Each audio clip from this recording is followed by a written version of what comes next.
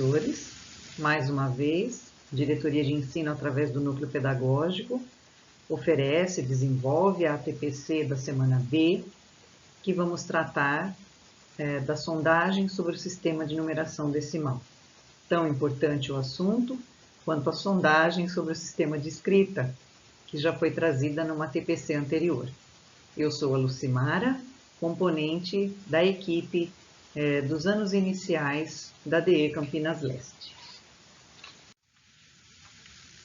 Bem, como objetivos de hoje, nós temos apresentar a versão preliminar do documento orientador para a sondagem do sistema de numeração decimal, que é o documento que já foi apresentado numa live aos professores coordenadores e equipe gestora em geral, até mesmo para nós, PCNPs da Diretoria de Ensino. Esclarecer sobre a necessidade de diagnosticar os estudantes no que se refere à compreensão do sistema de numeração decimal e orientar sobre a aplicação do ditado de números e suas especificidades. Como conteúdo, é apenas a sondagem sobre o sistema de numeração decimal, ditado de números. Bem, antes de fazer a leitura em voz alta, nós deixamos aqui um aviso importante para você, professor, você, professora. Não se esqueça que após assistir a essa ATPC, e também as ATPCs da EFAP, as ATPCs que a escola oferece, registre sua presença lá na sede, na Secretaria Escolar Digital. Aponte ali a sua frequência, a maneira que você assistiu, se foi remota, por qual aplicativo, enfim. Você tem 8 dias para fazer isso, contando do dia de hoje, ok? Não se esqueçam disso. Para a atividade 1, eu escolhi para vocês, do livro Perdas e Ganhos, de Lia Luft, uma pessoa muito carismática, que foi professora de línguas, né? Língua portuguesa, e também se formou em línguas anglo-germânicas, traduziu inúmeros livros de alemão, de outras línguas também, para a língua portuguesa, e determinou a sua vida para a escrita de livros e para as aulas que desenvolveu praticamente toda a sua vida. Infelizmente, nós a perdemos no ano passado, mas ela deixou uma imensidão de traduções, livros, poemas, crônicas, e hoje, deste livro, que ela determina como uma autobiografia existencial, eu escolhi Procurando o Tom. Vamos a ela. Encontro um amigo, pianista consagrado, e conto que estou começando um livro, mas como sempre no início de um novo trabalho, ainda estou buscando o tom certo. Ele acha graça. Então, escritor procura o tom? Rimos, porque acabamos descobrindo que os dois buscamos a mesma coisa, encontrar o nosso tom. O da nossa linguagem, da nossa arte, e isso vale para qualquer pessoa, o tom da nossa vida. Em que tom a queremos viver? Não perguntei como somos condenados a viver.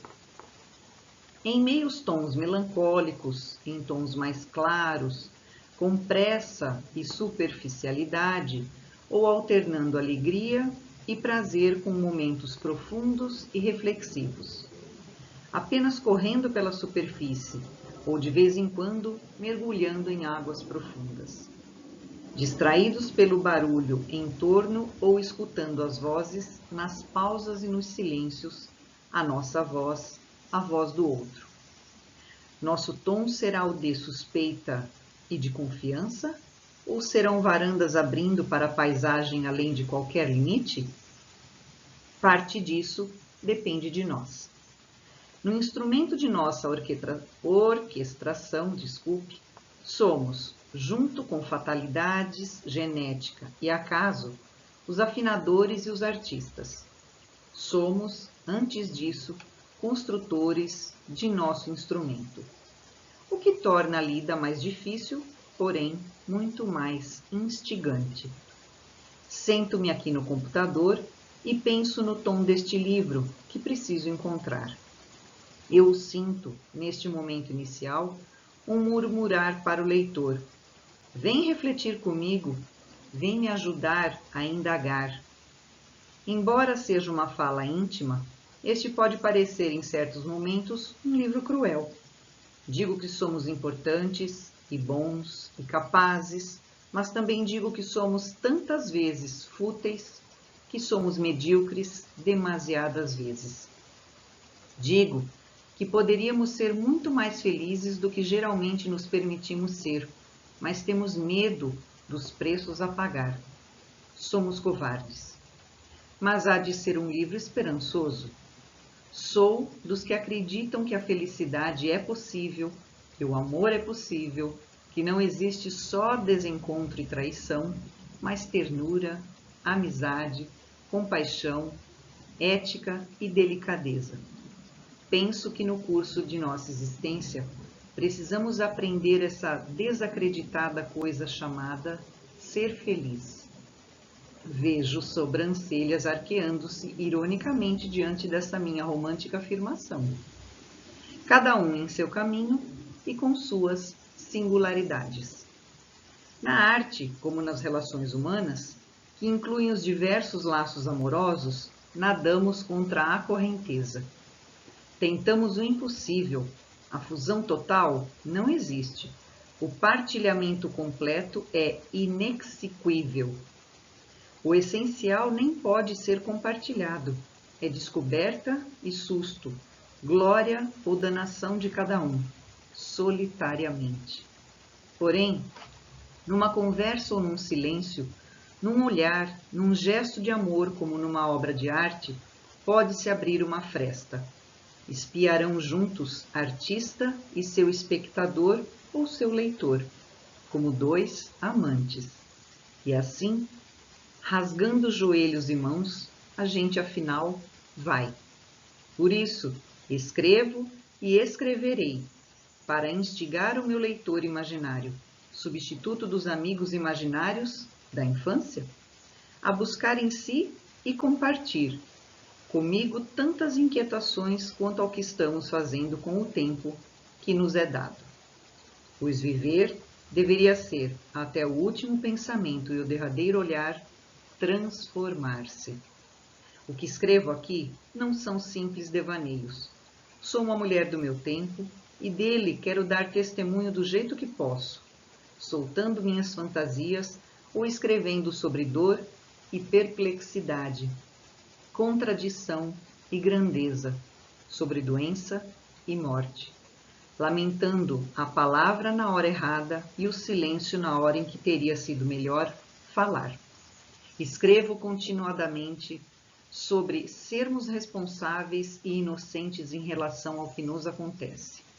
Somos autores de boa parte de nossas escolhas e omissões, nossa audácia ou acomodação, nossa esperança e fraternidade, ou nossa desconfiança.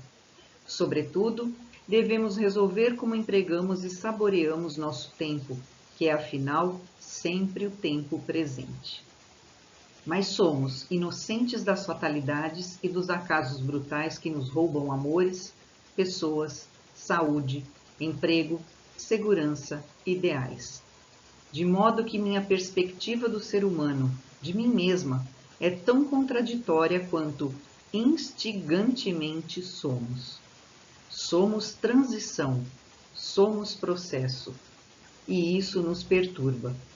O fluxo de dias e anos, décadas, serve para crescer e acumular, não só perder e limitar. Dessa perspectiva, nos tornaremos senhores, não servos. Pessoas, não pequenos animais, atordoados que correm sem saber ao certo por quê. Se meu leitor e eu acertarmos nosso tom recíproco, este monólogo inicial será um diálogo, ainda que eu jamais venha a contemplar o rosto do outro, que afinal se torna parte de mim. Então, a minha arte terá atingido algum tipo de objetivo. Fica a dica para vocês. Bem, dando continuidade, nós vamos então para as primeiras orientações fundamentais para a sondagem de números nos anos iniciais.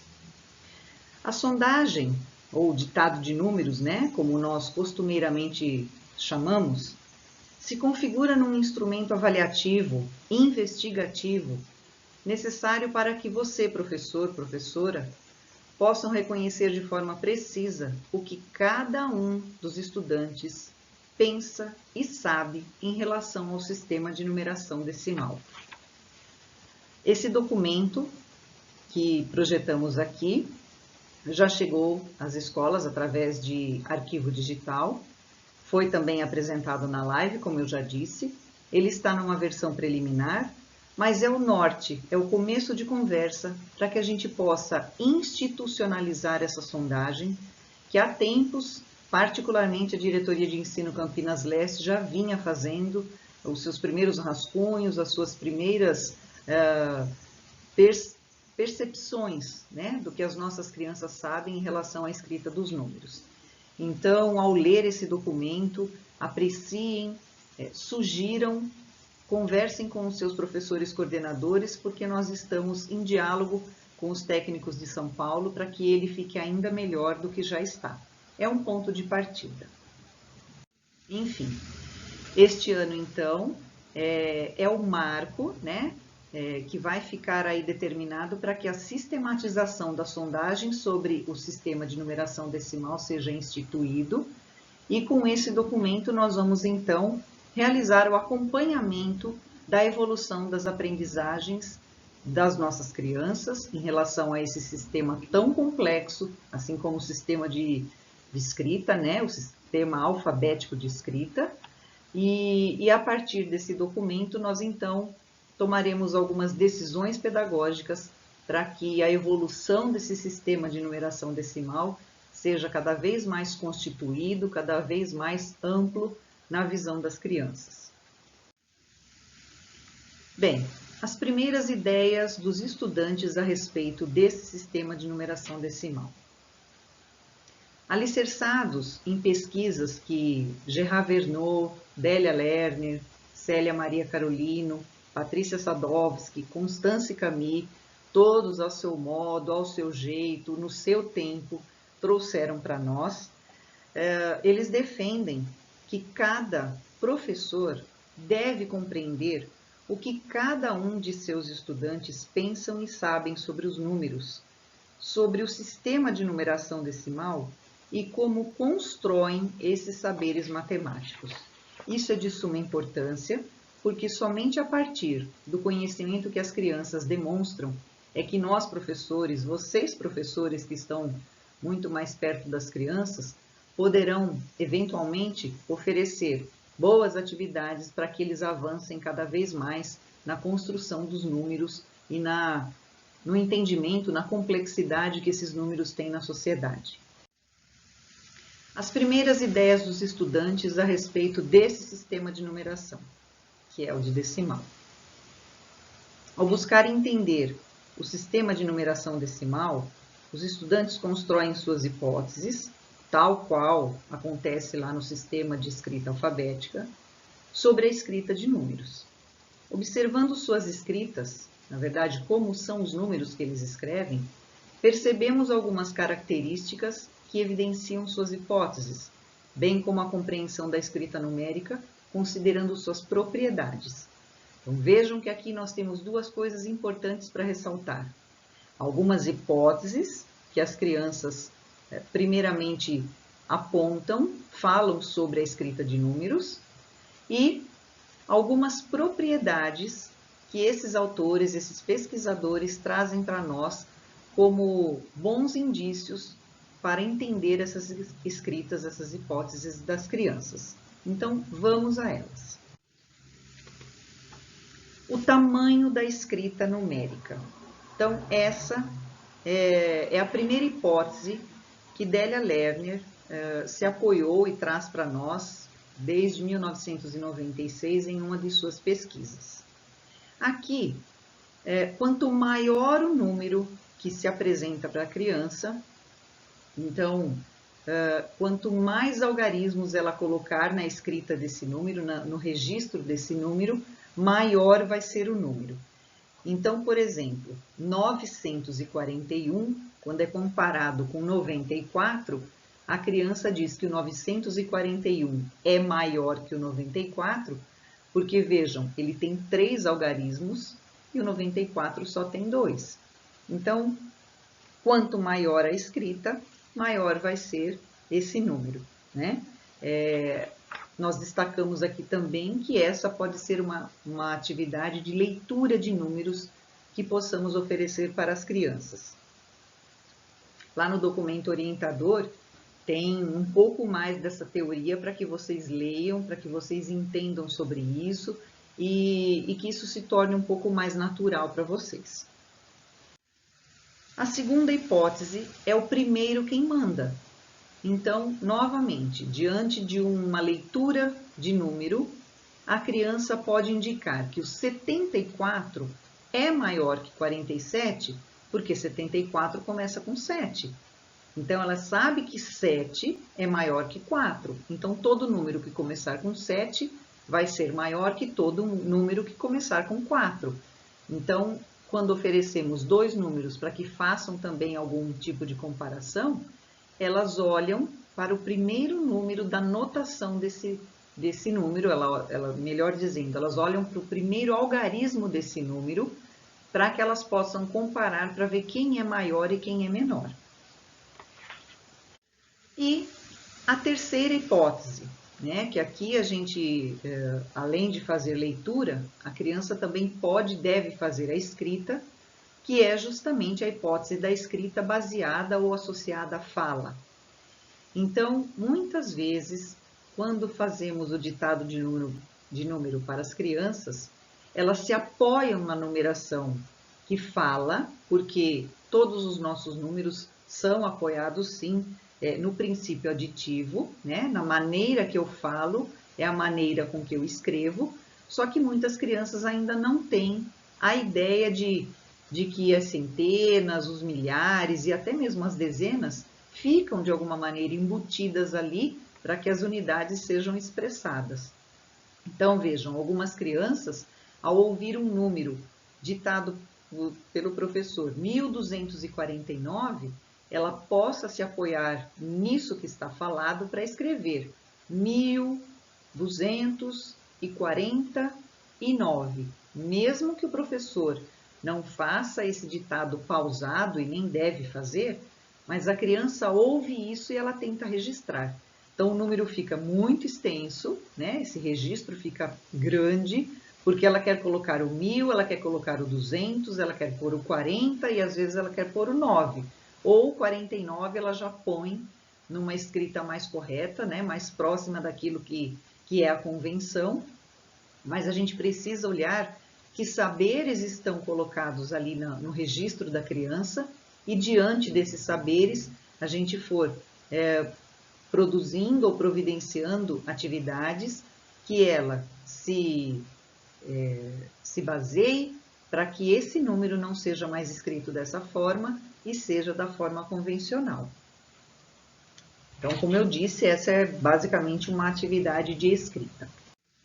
Bem, e o que é que nós devemos levar em consideração quando fazemos o ditado, fazemos essa sondagem sobre o sistema de numeração decimal? Primeiramente, antes de falar o que deve se levar em consideração, nós temos que planejar essa sondagem, né? Atentarmos para algumas especificidades e levar em consideração tanto essas hipóteses que Délia Lerner nos traz em sua pesquisa, assim como a natureza dos números, que nós vamos ver agora em que sentido elas são categorizadas, digamos assim. Bem, as hipóteses nós vimos que são essas três, né? Inicialmente trazidas aqui na exposição, e a natureza dos números são estas. A escrita dos nós.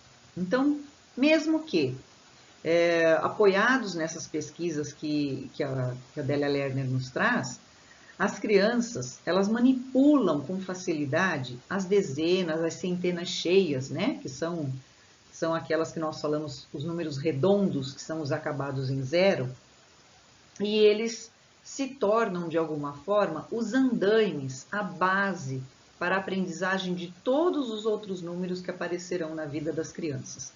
Então, a escrita dos nós, né, esses números acabados com zero, as dezenas cheias, as centenas cheias, os números que são considerados milhares cheios, são os nós. Então, essa é a primeira natureza que Délia traz para nós.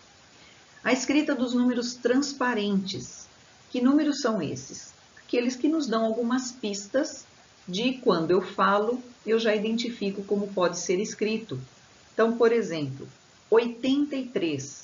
80 remete ao 8 e o 3 está compondo aí o número 83. Um outro número que talvez traga pistas para as crianças e é considerado um número transparente, 42. Então, quando eu digo 40, ele lembra do 4. Quando eu digo 91, então o 90 se remete ao 9. Então, esses e outros tantos são considerados números transparentes. Os números opacos, então, são justamente o contrário dos números transparentes. Opacos são aqueles que não trazem pistas, aqueles que geram algum tipo de dúvida na escrita para as crianças. Alguns deles, 11 não remete ao 1, né? 13 talvez não remeta ao 3, 15 não remeta ao 5, então 20 e alguma coisa não remete também ao 2. Então, são números que não trazem pistas de como eles podem ser escritos e podem gerar dúvidas na hora dessa escrita, na hora desse registro. Os números compostos por algarismos iguais. Então, é outra natureza de números que tem que fazer parte do ditado, tem que estar presente ali para justamente ver o quanto a criança aceita repetir um número, um algarismo, melhor dizendo, na escrita do número. Então, por exemplo, a gente pode trazer o 44, 99, 555. Não fiquem com receio de trazer números grandes, porque as crianças, elas fazem do jeito delas, a maneira delas, mas elas demonstram algum tipo de registro. Então, esses números compostos por algarismos iguais deverão fazer parte aí do ditado dessa sondagem dos números, porque eles são um dos que fazem parte da natureza dos números para essa composição de atividade. Outra natureza de números são aqueles que apresentam os zeros intercalados. Então, é um desafio também para a criança, talvez escrever 102, 401, 905. Então, trazer um número que tem um zero intercalado, né? Aqueles com os quartos, quintos anos, que o currículo paulista sugere, né? Pede, solicita que as crianças escrevam números de magnitude maior, como 10.042, 40.533. Então, são números grandes, são números que as crianças precisam se apropriar para que quando saiam dos anos iniciais, caminhem pelo ciclo intermediário, tenham entendimento e facilidade para escrevê-los. E a última natureza aqui trazida são os números que são familiares ou frequentes, que aparecem constantemente na nossa vida. Então, um exemplo são os dias do mês, né? Do 1 ao 30 ou do 1 ao 31, são números mais frequentes. Talvez a idade das crianças, o ano em que estamos, né? São números frequentes. Algum número familiar, talvez o número da residência, a gente tem que fazer, lógico, uma pesquisa antes. Número do calçado, que mais ou menos eles têm o mesmo número do pé, né? Então, são números que frequentemente fazem parte da vidinha da criança e a gente possa trazer também, de alguma maneira, nessa atividade de sondagem. Bem, Assim, a sondagem vai provocando no estudante algumas reflexões que levam à compreensão do sistema, do valor posicional, desse uso intercalado de zeros, da escrita de dezenas, centenas e milhares cheias, com a culminância da escrita convencional e de números nas mais diversas ordens. Esse tipo de atividade, né, essa sondagem que a gente costuma trazer, o ditado de números propriamente dito, ela se apresenta como um desafio, como eu mesma já disse, e onde ela vai provocar no estudante esse conflito cognitivo. Então, essas primeiras reflexões para a escrita dos números, elas traduzem, elas consequentemente vão trazer em cada uma das nossas crianças um conflito cognitivo, e isso vai fazer com que elas avancem em suas aprendizagens. Mas como auxiliar os estudantes no avanço das suas hipóteses, bem como na ampliação do conhecimento numérico? Importante lembrar que, mesmo antes do processo de escolaridade, as crianças podem levantar algumas hipóteses sobre as escritas de números de modo geral. O mundo, ele não é somente letrado, ele é também numérico, ele é também geométrico. Então, nós temos que levar em consideração algumas particularidades da matemática para a vida da criança também. Então, ela se depara com outdoors, por exemplo, escritos, mas também com itinerário de números, com placas de carros, com números de telefones em algum anúncio, não é? E a sondagem de números vai fazer com que a gente veja o que eles sabem, vejam o que precisam ainda aprender. E através das sondagens sistemáticas, digo sistemáticas porque serão da mesma maneira que acontecem nas sondagens sobre o sistema alfabético de escrita, serão 5 durante o ano. Então, uma inicial, a solicitação é que elas aconteçam concomitantemente, e depois a cada final de bimestre, para que tenhamos então uma visão do que elas já adquiriram, já construíram e, diante dos resultados, a gente possa alicerçar outras atividades desafiadoras para elas ampliarem o conhecimento numérico e, assim, consequentemente, o conhecimento em outras áreas da matemática também. Bem, para a sondagem inicial, né, e as demais durante o ano, nós vamos ter o sistema mapa-classe da FDE também adaptado para que ele receba os resultados sobre essa sondagem do ditado de números. Mas, nesse momento da sondagem inicial, ele ainda não está pronto. Então, a gente pede, a gente solicita que vocês preencham, né, 2 arquivos que vão condensar essas informações e, num dado momento que o mapa classe FDE esteja pronto, essas informações, esses resultados também entrem ali para que fiquem, né, registrados e possam todos, vocês, professores coordenadores, nós, professores coordenadores do núcleo pedagógico, fazermos aquelas análises, aqueles comparativos, sirva até mesmo como um portfólio digital.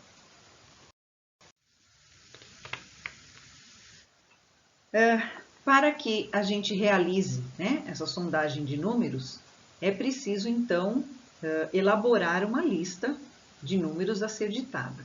Neste momento, nós vamos utilizar o modelo, a sugestão que São Paulo nos enviou através do documento orientador. Então, a gente não vai elaborar, a gente vai somente se apropriar desses números, né, do primeiro até o 5º ano, e vamos oferecer como ditado de números para que, de alguma maneira, a gente veja a complexidade e a diversidade de números que são colocados ali. Não pode ser uma lista tão grande, mas não tão pequena, uma lista que vá até 10 números, né? E que tenham eles aquela diversidade da natureza e das hipóteses que Delia Lerner nos trouxe. Segue aqui, então, a sugestão de São Paulo para o primeiro ano, o segundo, o terceiro, o quarto e o quinto. Então, vejam que, de alguma forma, esse é o primeiro, né, ditado de números que a partir desse momento de sistematização e implantação do ditado de sondagem sobre o sistema de numeração decimal vem para todos nós da rede. E vejam que, nessa amplitude toda do primeiro ao quinto ano, a gente vai encontrar números opacos, transparentes, familiares, as dezenas cheias, que são os nós.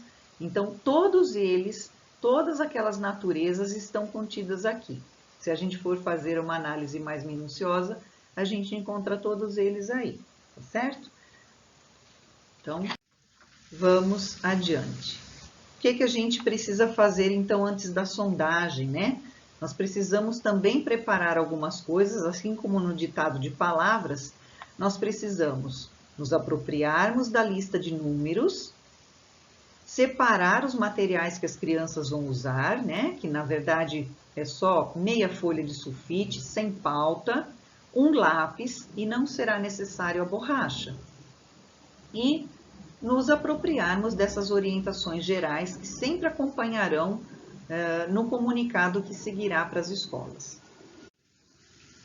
Durante a sondagem, então entreguem a folha, né, essa metade de folha na verdade para as crianças, solicitem que coloquem o nome completo, de preferência, a data contendo o dia e o mês, não o ano, porque o ano pode ser um dos algarismos, um dos números, melhor dizendo, do ditado, né? Então, o dia e o mês somente para registrar que naquele dia foi feito o ditado. Contextualizar a atividade, né? Dizer que tal e qual na sondagem de palavras, agora vai ser uma sondagem de números, que ela vai ser feita de maneira a compor também uma lista, então é um número embaixo de outro número, e encorajar essas escritas, mesmo que a criança diga, eu não sei fazer esse número, mas a gente deve falar, escreva do jeito que você sabe, ou do jeito que você ouviu, tente fazer esse número, né? Só para a gente ver até onde você sabe. E por fim, ditem de maneira bem adequada, bem tranquila, bem natural, sem escandir os números da mesma forma que a gente pede para não escandir palavras, né? No momento do ditado de palavras, então não façam isso também com os números, falem de forma mais natural possível, repitam o número para que se a criança não ouviu numa primeira vez, ouça na segunda. Muitas vezes a gente tem uma dicção também não tão clara, então ao invés de falar 65, a criança pode ouvir 75, né? Então que a gente possa falar num tom adequado e numa dicção boa também, para que confusões não aconteçam no momento. E depois da sondagem, nós precisamos analisar essas escritas, né? Preenchendo o mapa, que será mostrado aqui um pouquinho mais à frente, que é denominado como mapa do professor. Construir os portfólios, né? Ir agrupando essas escritas das crianças na medida das realizações para que possam se fazer mais análises, comparativos, né? Ver até que ponto eles já estão se apropriando mais e mais do sistema e construindo mais números desafiadores.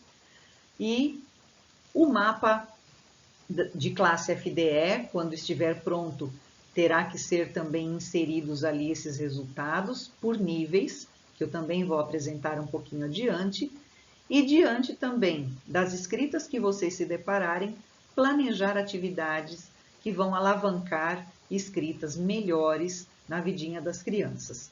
Por fim, quando o professor terminar a sua parte, vem aí a construção do mapa da escola, que é pelo professor coordenador, que tem também um documento, apenas uma folha para ser preenchida.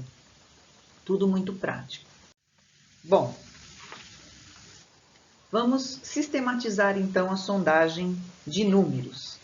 Que níveis são esses? Talvez essa seja a novidade para nós da diretoria, para vocês professores, e como eu disse, ainda está em estudo, ainda está numa versão preliminar, Talvez, num futuro muito próximo, esses níveis mudem de nomenclatura, porque isso tudo ainda é um exemplo que eles estão trazendo, que eles estão propondo para a rede. Então, a princípio, determinaram alguns nomes e que, como eu disse, podem mudar na medida que as sugestões forem chegando até São Paulo. Então, a princípio, nós temos o nível 1, que nós chamamos de pré-numérico, onde as crianças não utilizam algarismos para escrever os números, ou seja, elas se apoiam em letras ou em pseudonúmeros, números ao contrário, números que talvez elas pensem que viram algum adulto escrevendo, elas querem reproduzir esse número. Em algumas imagens, desenhos, flores, raio, eles usam, né, umas coisas assim que são ditas coringas, que muitas vezes substituem um algarismo ou outro no momento em que lhes forem solicitados a escrita desses números. O nível 2, que nós temos como uma primeira sugestão também, o numérico inicial, que é onde as crianças que estejam nesse nível, elas já compreendem que para escrever números é preciso utilizar algarismos e que, de alguma forma, eles escrevem convencionalmente alguns números e que na maioria das vezes são aqueles familiares ou de uso frequente. Então, a idade, o número do calçado, o ano que eles estão, isso se torna um pouco mais familiar, porque no dia a dia eles já lidam com esses números. Então, esses aparecem com uma frequência e com uma escrita mais adequada, enquanto que outros números ditados, as crianças ainda não conseguem fazê-los de forma convencional. Então, elas são aí enquadradas nesse nível 2, que São Paulo está chamando de numérico inicial. Nós temos o nível 3, né, que é o numérico falado 1, porque as crianças utilizam números para escrever, né? Elas já se apoiam nos números, nesses algarismos, e relacionam o número falado com o número escrito. Então, aqueles números menores já aparecem escritos corretamente, mas ainda escrevem com desenvoltura os números frequentes ou familiares, principalmente aqueles compostos até 2 ordens. No nível 4, nós temos o numérico falado 2, que é justamente a escrita daqueles números que são o apoio na numeração falada. Então, as crianças escrevem uma porção de números de forma correta, mas num número ou outro, elas ainda se apoiam e acabam decompondo no seu registro, na sua escrita, alguns números, né? Então, São Paulo coloca aí para nós que é o numérico falado 2. E no nível 5, a gente vai se deparar com o numérico posicional, que é onde as crianças já escrevem convencionalmente alguns números, ou quase todos eles, né? Entendendo assim o valor posicional de cada um deles, e uma hora ou outra pode acontecer de um número invertido, um número espelhado, e isso não significa que ela deve ser enquadrada em outro nível. Ela pode ficar sim no nível 5, porque é só uma questão de convenção, né? Então, esses são os 5 níveis, essas categorizações são níveis que a gente vai se apropriando aos poucos, né? O nome desses níveis, e é a novidade para essa sondagem sobre o sistema de numeração decimal. Apresento, então, no próximo slide, esse mapa do professor, que na verdade é uma planilha muito simples, onde o professor vai preencher o cabeçalho ali, né, essas informações iniciais, vai colocar o nome, todos os nomes aí das crianças de sua classe e indicar, né, em que nível que ela demonstra a escrita dos números. Então, tem nível 1, nível 2, 3, 4 e 5, e a quantidade de faltas, assim como vocês já fazem no ditado do sistema, o sistema alfabético de escrita, desculpem. Para que o professor coordenador compile todos os registros, né, todas as escritas das crianças da escola, ele vai fazer uma soma de todas as classes de primeiros anos e vai indicar aqui, né, a quantidade de crianças que estão escrevendo aí no nível 1, no nível 2, 3, 4 e 5 e assim até o 5º ano. Então, são 2 quadros muito simples de se preencher, onde o professor inicialmente vai fazer uma análise. É bom que essa análise também seja feita junto com o professor coordenador ou junto com um colega, né, um aparcerado aí, seja do próprio ano ou de um ano seguinte ou de um ano anterior, para que se chegue a um consenso para enquadrar essas escritas das crianças. Lembrando, a criança não é nível, a criança não é hipótese. Os níveis e as hipóteses são as escritas que elas apresentam, tá? Então, aqui não é quantidade de criança, é quantidade de escritas. Mas, de que forma, né, nós vamos analisar as escritas numéricas? Quando nos deparamos com essa lista, por exemplo, né? Então, a gente olha para ela e pensa, puxa vida, como é que eu vou já começar a analisar isso aqui?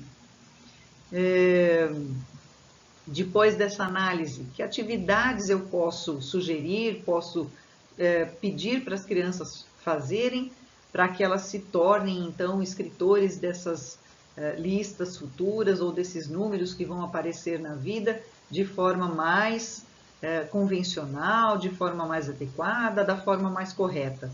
Isso vai ser o assunto de uma próxima TPC que ou eu ou qualquer uma das minhas colegas vamos trazer para vocês.